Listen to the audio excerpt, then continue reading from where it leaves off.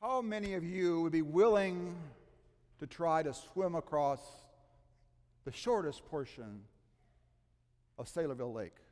Anybody? How about if you had a life jacket on? Would you try it then? One, maybe two. If you had a boat, you would try that? Okay.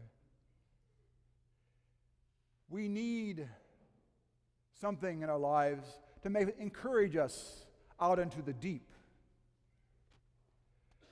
I wonder if the gospel had been a little different if the disciples had life jackets. How would the story be different?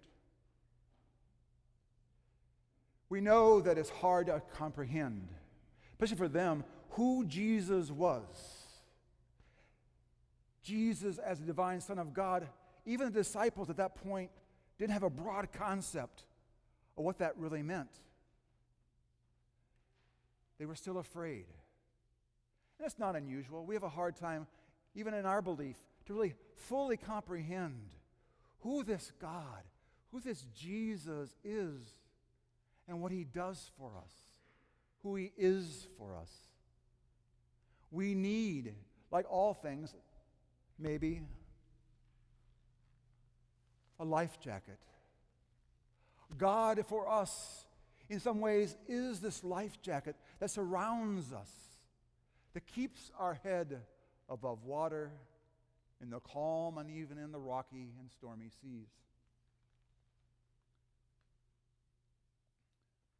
My wife Margaret and I, along with my daughter Amanda and my grandson Eli, just got back from a year-delayed, much-needed vacation to Myrtle Beach, South Carolina. And we had a great time.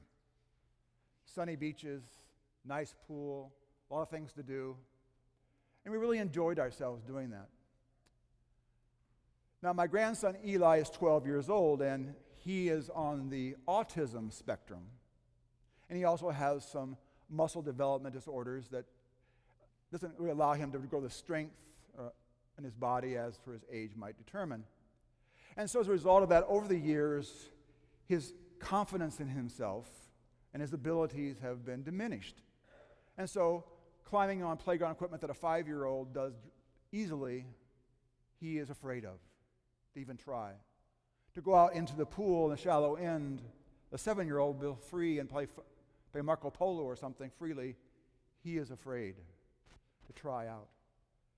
He loves pools, though, and he wants to play with the kids. He wants to. And so we put his life jacket on, all right, and he would step down the steps, and he would hang on to the railing, trying to will himself past into the pool to enjoy the fun of the pool with the rest of the kids.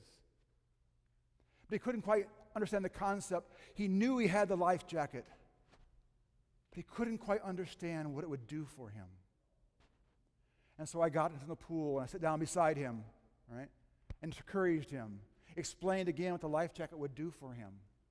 Finally got him to let go and to grab hold of me like he used to do at 5. And he grasped me hard, put his legs around me. I could hardly walk out to the pool. And slowly but slowly I encouraged him. I love you, Eli. I would never let anything happen to you. It'll be fine. Now he's 12 years old now, so he can actually stand up in the shallow end, but he doesn't have that concept of that whole process. Slowly but slowly I got him to unclench his legs around me and raise him up and say, kick, Eli. And he would kick a little bit, and I'd kind of move him around the pool. And slowly over a couple-hour period, he moved from clutching the railing and the side to be able to stand up on his own, to move back and forth in the shallow end, pretending he was swimming as he was walking, to actually playing frisbee with me and strangers. If you can imagine the joy that he felt, but the joy that we felt, knowing that he had come so far in accepting the fact that this life preserver and this love of the people around him would protect him and care for him. Those things that we often take for granted, he was struggling with. It's true of our faith. What we take for granted sometimes of what God is for our life, other people struggle. We wrap ourselves in God, and even us sometimes don't comprehend that He can protect us in the deep waters, the stormy waters. He'll keep our head securely above.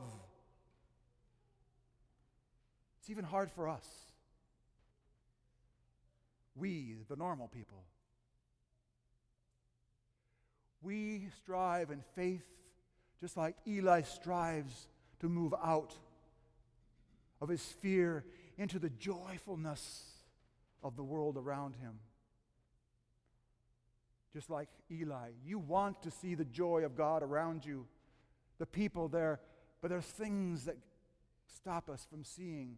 There's something within us that's blocked us from taking in fully the love and caress of our loving Father in heaven. This life jacket, if you will, that surrounds us, that our faith keeps with us. We don't want to discard it. We don't want to leave it behind.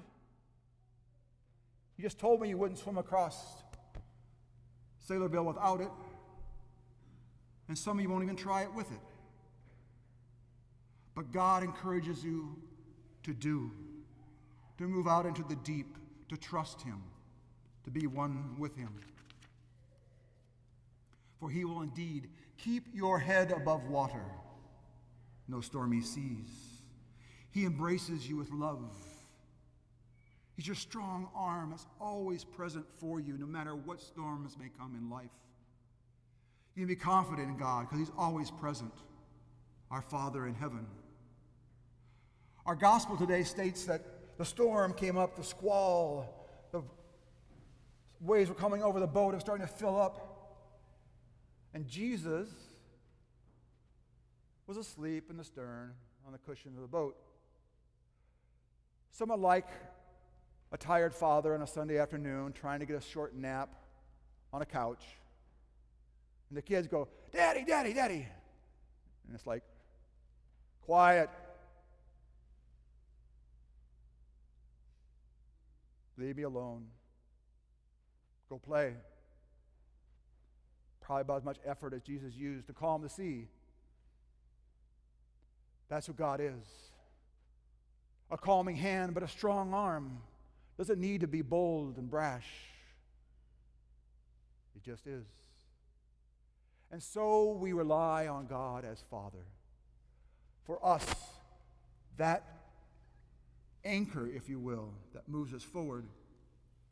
And it says in the gospel that when He did this, the disciples were in awe. You think? He just kind of woke up and said, "Quiet." And the storm stopped. We have all been in awe of something. A beautiful vista, a beautiful singer or actor, or sports figure or something. And often you'll find, especially in young people, I want to be like that. I want to do that. I want to re-experience that feeling. It was awesome. Our God is an awesome God. And those of us who experience God want to experience that again and again, even deeper. That's who our Father in heaven is. We want to be like Him. Jesus constantly pointed us to His Father in heaven. I am here to serve my Father, my loving Father who cares for you and embraces you. Always pointing to the Father. Today we celebrate Father's Day. And today we remember the great virtues, the loving fathers who have caressed their children and protected them. Fathers here, like Father in heaven, is that strong arm that provides safety and security in the waters of life. He's also the one who encourages you, give you confidence. He's often the one to lead you out and to encourage you out of those things, into those things you don't normally do for yourselves. Fathers, and even sometimes grandpas, are the constant, steady hand. They're often your greatest cheerleader, your biggest fan, your biggest support in storms. Fathers who are godly and prayerful represent the best of what the Heavenly Father is for us. For without even knowing it, godly fathers who pray and count on Him imitate Him without even knowing it. They love and care and have mercy and compassion in some small way, but in the way of which the Father has created them. Just like Joseph was for Jesus, an example, a mentor, encouragement for perseverance in his storms. Fathers do the same for us. Fathers who rely on Christ as their guide, prayerful, constant hope and love that we know that we are never alone. We sail through the waters, knowing that our Father in heaven, and if our Father is with us now or in heaven, that they will be with us. Of course, we hope you thank your fathers more than once a year, for they do wonderful things for us. And even with their faults, appreciate them, for they love and care for you deeply. And certainly we hope that you love and cherish our Father in heaven all the days of your life, keeping this, if you will, life jacket securely around you, never discarding it, thinking you can do it on your own and swim out into the deep. For if you always have God securely around you, you will never go under. Your head will always be out of the waves, and you'll be safe, even in the storms. It is that assurance that He gives us. It's the assurance of the gospel that we are one with Him. We hope you continue to cherish and love our Father. Keep Him close to you. The joyful assurance that you can go out into the world, that you can be with others safely, and joyfully you will make a splash in the world.